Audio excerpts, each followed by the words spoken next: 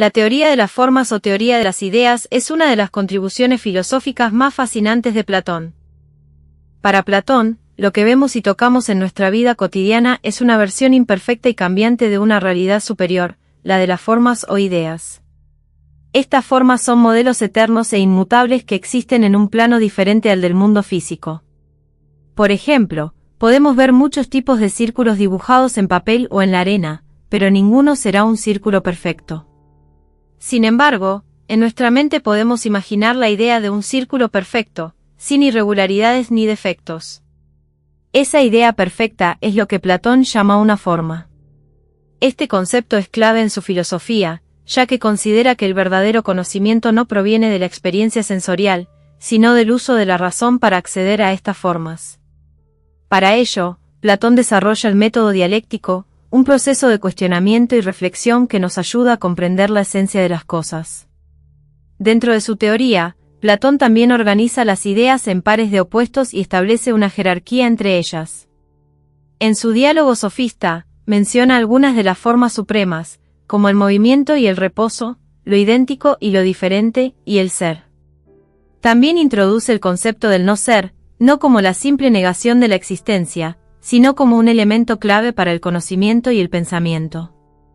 Este punto generó grandes debates filosóficos, ya que contrastaba con la visión del presocrático Parménides, quien negaba la posibilidad del no ser. El estatus ontológico de las formas es un tema de gran debate entre los estudiosos de Platón. En términos generales, se acepta que son entidades intangibles, eternas y únicas.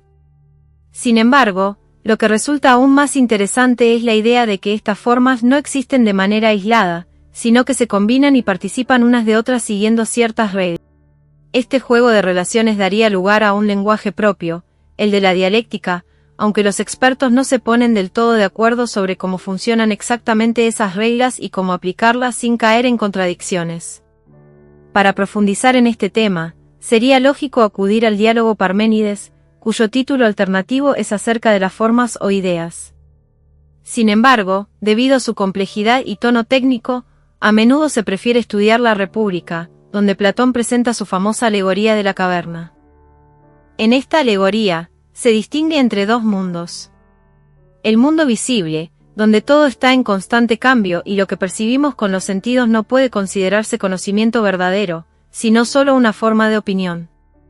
Aquí se incluyen no solo los objetos físicos, sino también las imágenes y recuerdos que evocan en nuestra mente. El mundo inteligible, donde residen las formas o ideas. Este mundo es el verdadero objeto del conocimiento y se estudia a través de la dialéctica, considerada la ciencia suprema. Entre los saberes que sirven como puente entre ambos mundos están las matemáticas, la geometría, la astronomía y la música, ya que, aunque aplican al mundo físico, también permiten acceder a verdades más profundas. Dentro de esta jerarquía de formas, Platón sitúa en la cima la forma del bien, que sería la fuente última de verdad y existencia para todas las demás formas. Esta idea del bien no parece encajar del todo con lo que plantean otros diálogos como el Sofista y el Parménides, donde el énfasis está en la compleja relación entre las formas y en la dificultad de comprenderlas por completo. En su juventud, Aristóteles fue discípulo de Platón en la Academia de Atenas, pero con el tiempo desarrolló su propio sistema filosófico. Antes de ello, sometió a una profunda crítica la teoría de las ideas de su maestro. Platón había intentado resolver la disputa filosófica entre Heráclito, que sostenía que todo cambia constantemente, y Parménides, que defendía que el ser es único e inmutable. Para ello, propuso que la realidad estaba dividida en dos mundos, el mundo sensible, que percibimos con los sentidos y está en constante cambio, y el mundo inteligible, donde existen las ideas o formas perfectas e inmutables. Aristóteles rechazó esta división. Para él, la realidad es una sola y no necesita compartimentos. Si bien coincidía con Platón y Sócrates en que la esencia es lo que define a un ser, no creía que existiera en un mundo aparte. En su lugar, propuso que la esencia es la forma, morpé, que está unida de manera inseparable a la materia. Juntas, forman lo que Aristóteles llamaba sustancia, es decir, la verdadera realidad de las cosas. A diferencia de Platón, Aristóteles sostenía que los conceptos generales no existen antes ni fuera de las cosas concretas, sino que residen en ellas. Por ejemplo, la salud no es una idea separada que existe en un mundo inmutable, sino un atributo propio de los seres vivos que gozan de bienestar.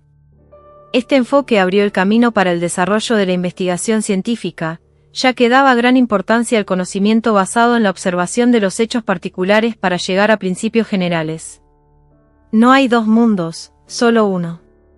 Para Aristóteles, dividir la realidad en dos niveles distintos complica innecesariamente la explicación del mundo. No es necesario suponer que existe un reino separado de ideas para entender la naturaleza de las cosas. Platón no ofrece una explicación racional.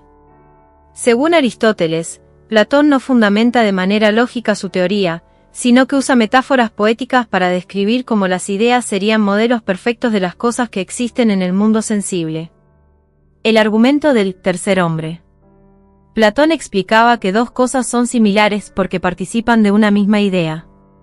Pero Aristóteles señalaba que, para justificar esta similitud, haría falta una tercera idea que las relacione, y luego una cuarta que relacione a esas tres, y así sucesivamente, generando una regresión infinita que no explica nada en realidad. Para Aristóteles, la causa formal, eidos, es el principio que define la esencia de un ser. Es decir, es la estructura o patrón que, al estar presente en la materia, la convierte en un ser particular y reconocible.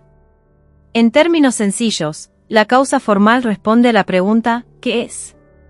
Por ejemplo, si tomamos una mesa, su causa formal es la idea o diseño que hace que la reconozcamos como tal. Sin esa forma específica, la materia seguiría siendo solo un conjunto de madera o metal sin identidad propia. De esta manera, la forma es lo que convierte la potencialidad de la materia en una realidad concreta. En el caso de los elementos naturales, sus formas coinciden directamente con sus causas materiales. Si bien este concepto se relaciona con la teoría de las ideas de Platón, Aristóteles lo desarrolla de manera diferente. Según él, sus predecesores no comprendieron realmente la causa formal. Para Aristóteles, la forma no existe separada de la materia, sino que ambas están unidas y juntas conforman un ser. Esta visión se conoce como heliomorfismo. Cada ser está compuesto de materia, lo que lo hace posible, y forma, lo que lo hace ser lo que es. Además, Aristóteles establece que toda forma finita es, a su vez, la materia de una forma superior, lo que muestra una jerarquía en la naturaleza. Por ejemplo, si nos preguntamos, ¿qué es un pura sangre?, diremos que es un caballo. Si seguimos preguntando, ¿qué es un caballo?, veremos que pertenece a una categoría más amplia, como la de los animales cuadrúpedos, vivíparos y herbívoros. Así, la causa formal permite clasificar y entender la esencia de cada ser. En su biología, Aristóteles aplica este concepto a los seres vivos. Para él, la causa formal de un organismo incluye su capacidad de sobrevivir, reproducirse y moverse. Lo que le da esa identidad y esa capacidad es lo que llama alma o psique. Aquí surgen dos interpretaciones. Un cuerpo bien estructurado ya está vivo por el simple hecho de tener una organización adecuada. La vida, o el alma, es algo adicional a la estructura física. En su estudio sobre la generación de los animales, Aristóteles desarrolla una teoría sobre la embriogénesis. Consideraba que el padre tenía un papel activo en la herencia al transmitir la causa formal de la especie, mientras que la madre desempeñaba un rol pasivo, al aportar solo la materia para el desarrollo del feto. Incluso sostenía que el sexo del bebé dependía de la fuerza del semen del padre. Si el semen era fuerte, el hijo se parecería a su padre y sería varón. Si el semen era débil, el hijo se parecería a su madre y sería mujer. Desde una perspectiva moderna, esta teoría es completamente errónea, pero en su tiempo fue una de las primeras explicaciones filosóficas sobre la herencia. En conclusión, la causa formal es un concepto clave en la filosofía de Aristóteles, ya que permite explicar la identidad de los seres, la estructura del mundo natural y la relación entre materia y forma. A través de su teoría del heliomorfismo, Aristóteles sentó las bases para el desarrollo del pensamiento científico y la clasificación de los seres vivos. La teoría de las formas de Platón tiene ciertos puntos de contacto con doctrinas filosóficas orientales, como el concepto de Maya en el hinduismo y budismo y el de Sunyata en el budismo. Todas estas corrientes comparten una visión crítica de la realidad empírica, aunque llegan a conclusiones metafísicas muy distintas. En el hinduismo, Maya representa un velo de ilusiones que oculta la verdadera realidad absoluta. Al igual que Platón, esta tradición considera que el mundo percibido por los sentidos no es la realidad última. Platón sostiene que existen múltiples formas estáticas e inmutables, que son la verdadera realidad. Maya, en cambio, es un fenómeno dinámico que proyecta ilusiones, incluyendo las propias ideas y formas. Para el hinduismo, más allá de Maya no se encuentran entidades conceptuales como las formas platónicas, sino una realidad absoluta y sin atributos, un todo indivisible y no dual. Aunque Maya es un velo de ilusiones, no se considera irreal en sentido absoluto, sino relativa a la experiencia de la no dualidad. El concepto budista de Sunyata, vacío, va aún más allá en su crítica a la existencia inherente. Mientras que Platón afirma que las formas son realidades independientes y eternas. Sunyata niega que cualquier cosa tenga una existencia propia o esencia fija, incluyendo las formas mismas. Desde la perspectiva budista, todo lo que experimentamos surge de manera interdependiente, pratyasamupta, sin una identidad sustancial propia. Esto no significa que la realidad no exista, sino que su existencia no es independiente, sino dependiente de múltiples factores. El argumento del tercer hombre es una crítica a la teoría platónica de las formas. Sostiene que, si aceptamos que un grupo de cosas comparte una misma propiedad porque participan de una forma, entonces deberíamos postular una nueva forma que explique tanto a esas cosas como a la primera forma. Este proceso llevaría a una regresión infinita, lo que plantea un problema lógico en la teoría de Platón. No todas las formas generan este problema, pero es un aspecto crucial a considerar al combinarlas dialécticamente para evitar inconsistencias. Platón mismo fue el primero en exponer este argumento en su diálogo Parménides 132, donde el filósofo Parménides de Elea lo presenta a Sócrates. Aristóteles lo retomó y popularizó, aplicándolo al concepto de hombre, de ahí su nombre. Platón ilustra el problema con la grandeza: si las cosas grandes son grandes porque participan de una forma de grandeza, entonces necesitaríamos otra forma de grandeza que abarque tanto a las cosas grandes como a la primera forma, y así sucesivamente. Aristóteles utilizó el ejemplo del hombre. Si un hombre es hombre porque participa de la forma de hombre, entonces sería necesaria una tercera forma para explicar la relación entre la primera y el individuo, lo que llevaría al mismo infinito regresivo. Primera versión: Parménides hace que Sócrates acepte que la unidad de una forma surge de la observación de que varias cosas comparten un rasgo común. Luego, al agrupar tanto a las cosas como a la propia forma bajo una misma propiedad, se requiere otra forma superior que explique esta relación, iniciando el regressus ad infinitum.